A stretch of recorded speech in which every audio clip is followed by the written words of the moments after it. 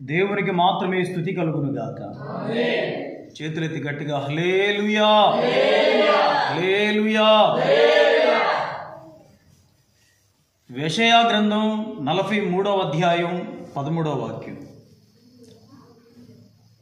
అనేక సందర్భాలలో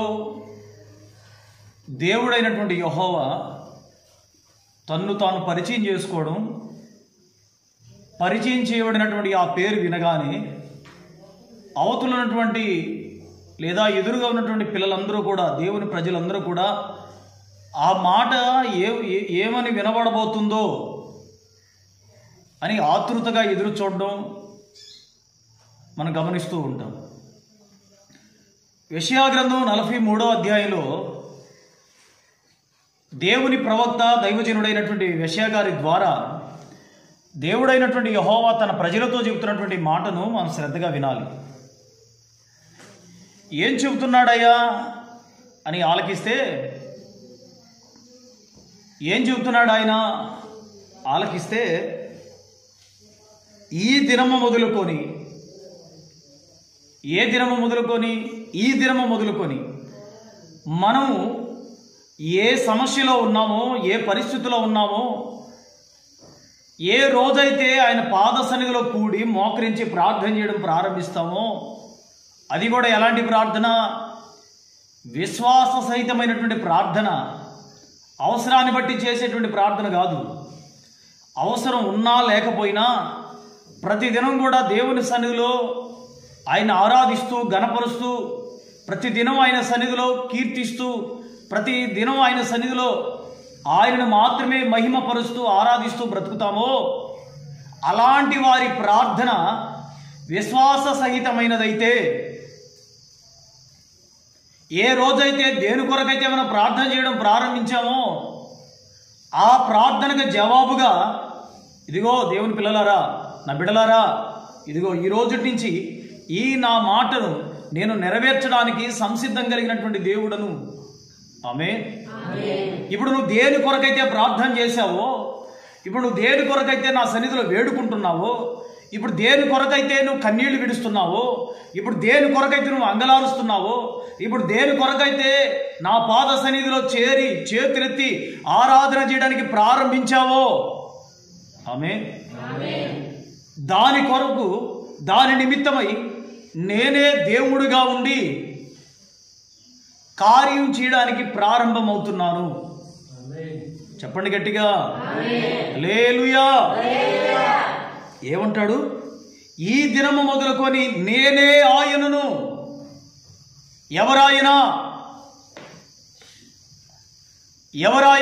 సైన్యములకు అధిపతి యెహోవానైన నేను, ఇశ్రాయేలు దేవుడునైన నేను, సృష్టికర్త అయిన దేవుడునైన నేను, మీ జనన మరణములకు కారణమైన నేను,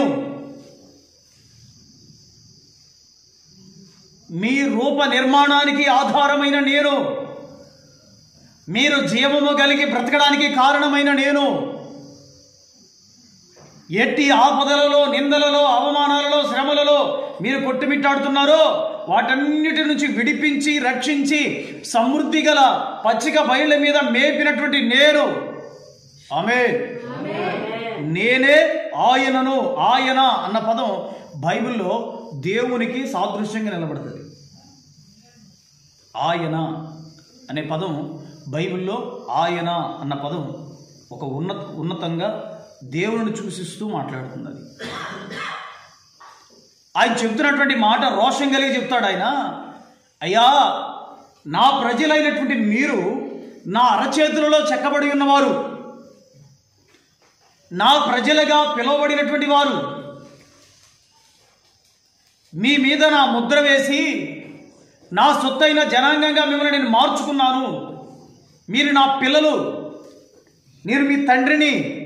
అంత మాత్రమే కాక నేను మీ దేవుడను, మీరు నా భక్తులు.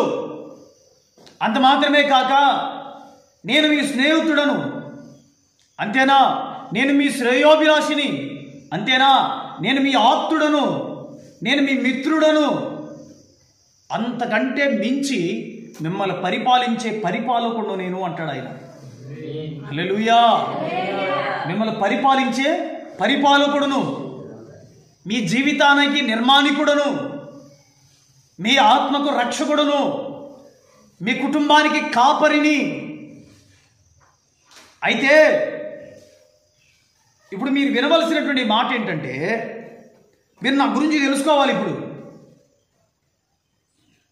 ఇప్పుడు ఏదైనా ఒక పెద్ద గురించి మనం మాట్లాడుకోదలిసి వస్తే, అమ్మో ఆయన చాలా పెద్ద వ్యక్తి, ఆయన ఆయన చాలా ఉన్నతమైనటువంటి వ్యక్తి, ఆహా ఈయన చాలా డబ్బున్నటువంటి వ్యక్తి, ఆయన తలుచుకుంటే ఏదైనా సాధ్యమే.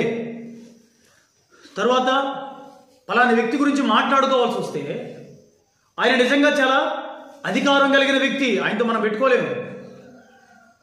ఆయన చాలా డబ్బున్న వ్యక్తి, ఆ కుటుంబం చాలా ఉన్నతమైనటువంటి కుటుంబం. ఆ కుటుంబంతో ఎదురుగా నిలబడి మనం సాధించగలిగింది ఏదీ లేదు, లేదా ఆ వ్యక్తికి వ్యతిరేకంగా మనం నిలబడి చేయగలిగిందంటూ ఏదీ లేదు. కాబట్టి మనం మౌనంగా ఉండడం మేలు. సందర్భం వచ్చినప్పుడు క్షమాపణ కోరడం ఇంకా శ్రేష్టమైంది అని ఏదైనా ఒక పెద్ద కుటుంబాన్ని గురించి, పెద్ద ఉన్నతమైనటువంటి వ్యక్తుల గురించి మనం మాట్లాడుకుంటాం కదా. అయితే దేవుడైనటువంటి యెహోవా కూడా చెప్తున్నటువంటి మాట ఏంటంటే, సమాజంలో మీ పిల్లలు మిమ్మల్ని చూసి భయపడతారు, మీ చుట్టుపక్కల వారు మిమ్మల్ని చూసి భయపడతారు, కానీ మీరు మాత్రం ఒక ఉన్నతమైనటువంటి రాజకీయవేత్తనో, ధనికుడనో, వ్యాపారవేత్తనో, లేకపోతే కుల పెద్దనో, లేకపోతే మత పెద్దనో ఎవరినో చూసి మీరు భయపడుతున్నారు కదా. వాళ్ళతో పెట్టుకుంటే మనం సరితోగమని భయపడుతున్నారు కదా. అయితే వారికంటే గొప్పవాడు ఒకడున్నాడు, ఆయనను నేనే. ఏమంటాడు? మీరు ఏ వ్యక్తినైతే చూసి భయపడుతున్నారో, మీరు ఏ వ్యక్తిని చూసి అయితే జడిస్తున్నారో,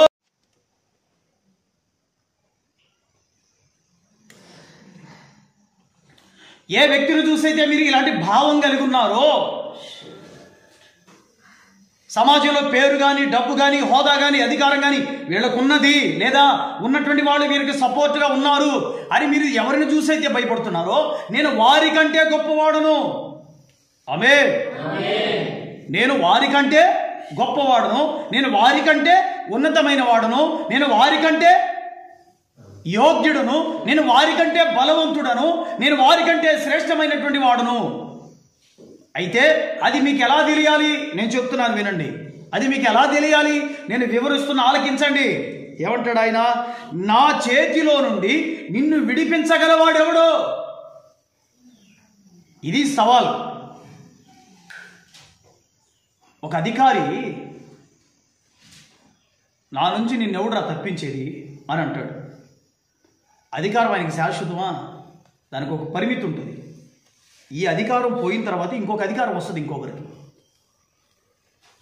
నేను ఎంతైనా ఖర్చు పెడతాను అని అంటే డబ్బు శాశ్వతమా? కాలం ఏం చేస్తుందంటే ఒక్కొక్కసారి బాగా డబ్బున్న వాళ్ళ కింద పడేసి ఏమీ లేని వాళ్ళని ఉన్నతమైన స్థితిలో కూర్చోబెట్టేస్తుంది. నేను కానీ కొట్టానంటే చస్తావు అనే బలవంతుడిని ఒక్కోసారి బలహీనుడు చేసి కింద పెట్టేసి ఈ కాలం అనే చక్రాల కింద వాడిని నలగదీసేస్తుంది.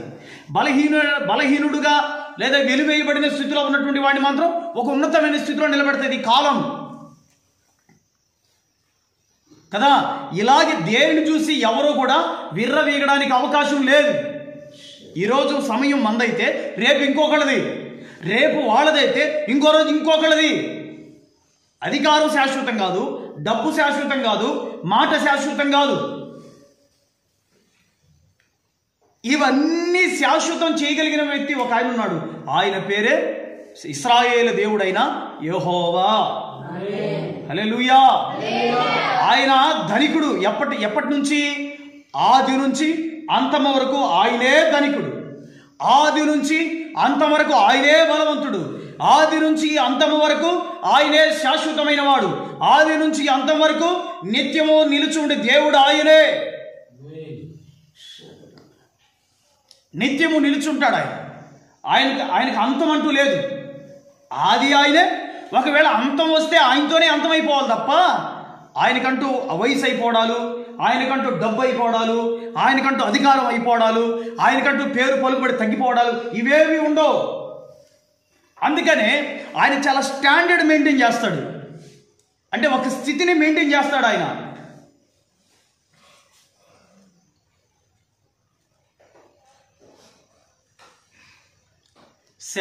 శాశ్వతమైనది నీవు నాయడ చూపిన కృపా, శాశ్వతమైనది నీవు నాయడ చూపిన కృపా,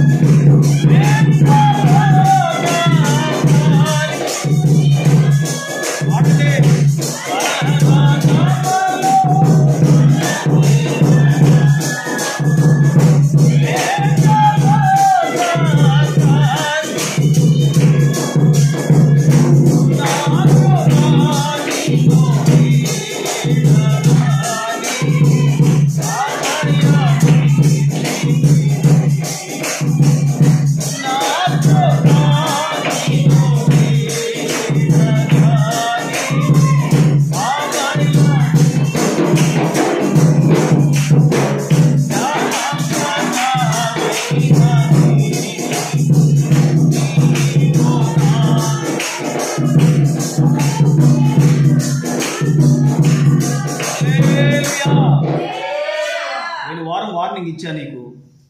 మందిరంలోకి వచ్చి నిద్రపోవడాలు, ఏదో పోగొట్టుకున్న వాళ్ళ కూర్చోవడాలు,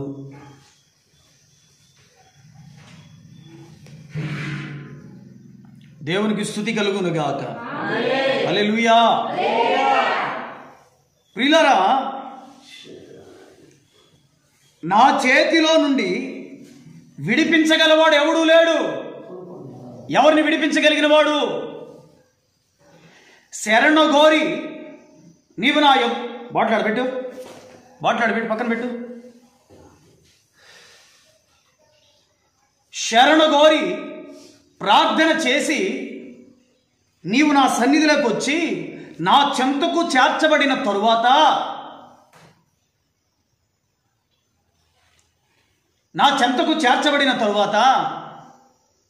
అయ్యా నీవు తప్ప నాకు ఒక వేరే దిక్కు లేదయ్యా, అయ్యా నీవు తప్ప నాకు వేరొక ఆధారం లేదయ్యా, అయ్యా నీవే నా కేడుము, నీవే నా ఆశ్రయ దుర్గము అని ఎవరైతే ఆయన చెంతకు చేర్చబడి, ఎవరైతే ఆయన సన్నిధిలో చేరి ప్రార్థన చేస్తారో వారిని ఆయన తన కవిగిలిలో దాచుకుంటాడు కదా, వారిని ఆయన చెంతను చేర్చుకుంటాడు కదా, ఆయన హక్కుని చేర్చుకుంటాడు కదా. ఎవరైతే నా చేతి నీడలోకి వచ్చి కూర్చుంటారో, ఎవరైతే నా త్రోవలోకి వచ్చి కూర్చుంటారో, ఎవరైతే నా అడుగుజాడల్లోకి వచ్చి కూర్చుంటారో, నేను అనేటువంటి నా ప్రాంగణంలో ఎవరైతే ఆశ్రయం పొందడానికి వస్తారో వారిని విడిపించి నాశనం చేయడానికి ఎవరికి అధికారం లేదు. ఇది దేవుని మాట. వాడు ఎవడైనా కానీ ఆఖరికి ఈ లోకనాథుడైనటువంటి అపవాదికైనా సరే వాడికి అధికారం లేదు. నేనే అధికారిని. నా చేతిలో నుండి విడిపించగలవాడు ఎవడూ లేడు. నేను నిన్ను దీవించాలి అని ప్రారంభించిన తరువాత, నేను నిన్ను ఆశీర్వదించాలి అని నీ కోరుకున్న తరువాత, నా కృప నీకు తోడుగా ఉంచాలి అని నేను ఆశించిన తరువాత నా కార్యమును త్రిప్పగలిగిన వాడు ఎవడురా? నేను పర్టికల్గా ఒక వ్యక్తిని ఆశీర్వదించాలి, నేను నిశ్చయించి ఒక వ్యక్తిని దీవించాలి, నేను అనుకొని ఒక వ్యక్తిని ఉన్నత స్థాయిలో నిలబెట్టాలి అని కోరుకున్న తర్వాత ఆ ఉన్నత స్థాయిని పోగొట్టగలిగిన వాడెవడు?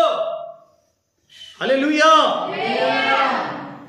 ఎవడుకున్నంత దమ్ము ధైర్యం?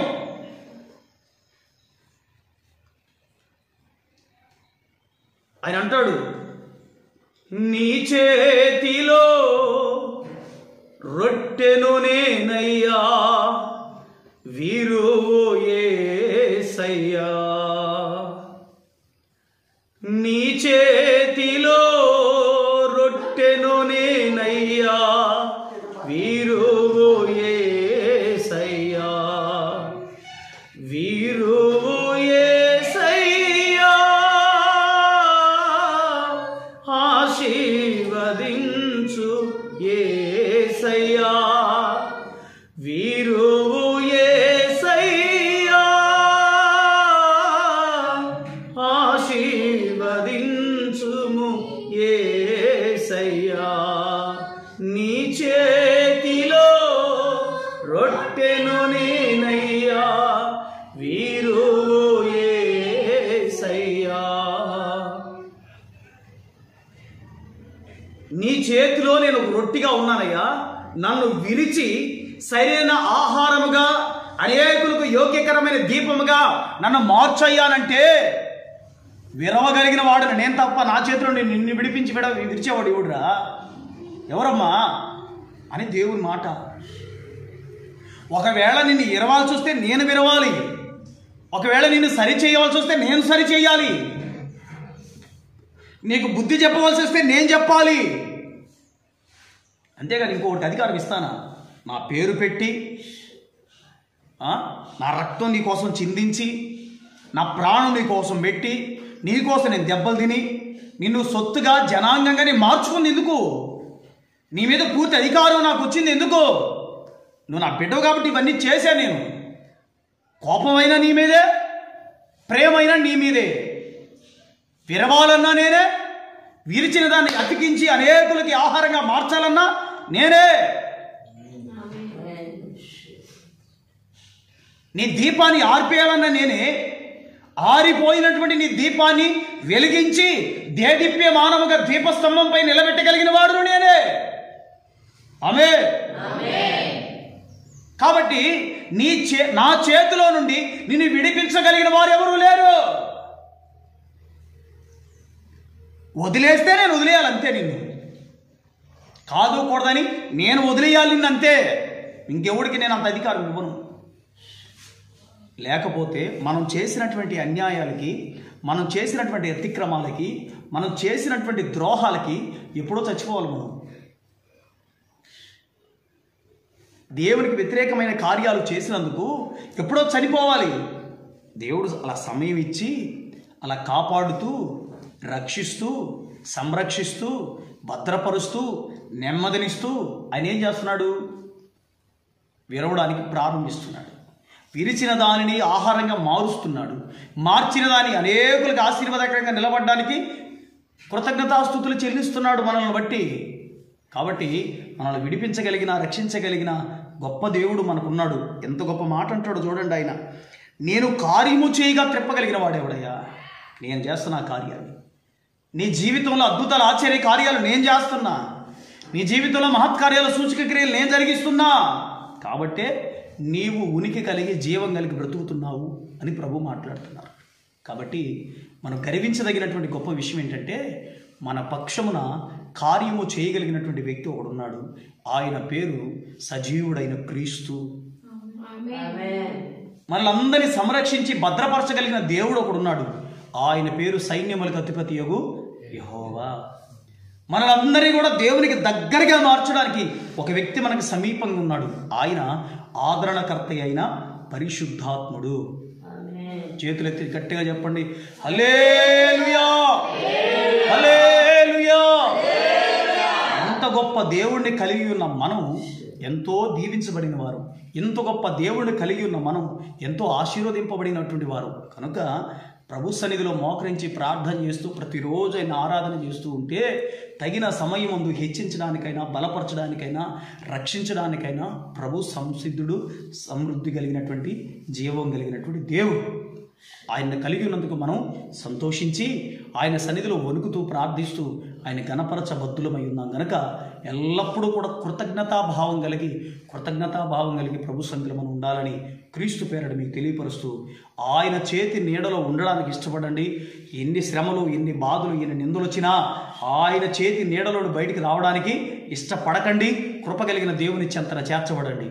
అటు కృప ఆశీర్వాదం ప్రభు మనకు అప్పగించునుగాక. ఆయన చేతి నీడలోని విశ్రమించే భాగ్యాన్ని ప్రభు మనకు అప్పగించునుగాక. ఆయనే మన జీవితాలలో అద్భుతమైన కార్యాలు జరిగించునుగాక. ఆయనే మనల్ని విడిపించి, రక్షించి, సంరక్షించునుగాక. సమృద్ధి అయిన జీవం కేవలం ఆయన మాత్రమే మనకు అప్పగించునుగాక. ఆమేన్. మోకరించండి, ప్రార్థన చేద్దాం.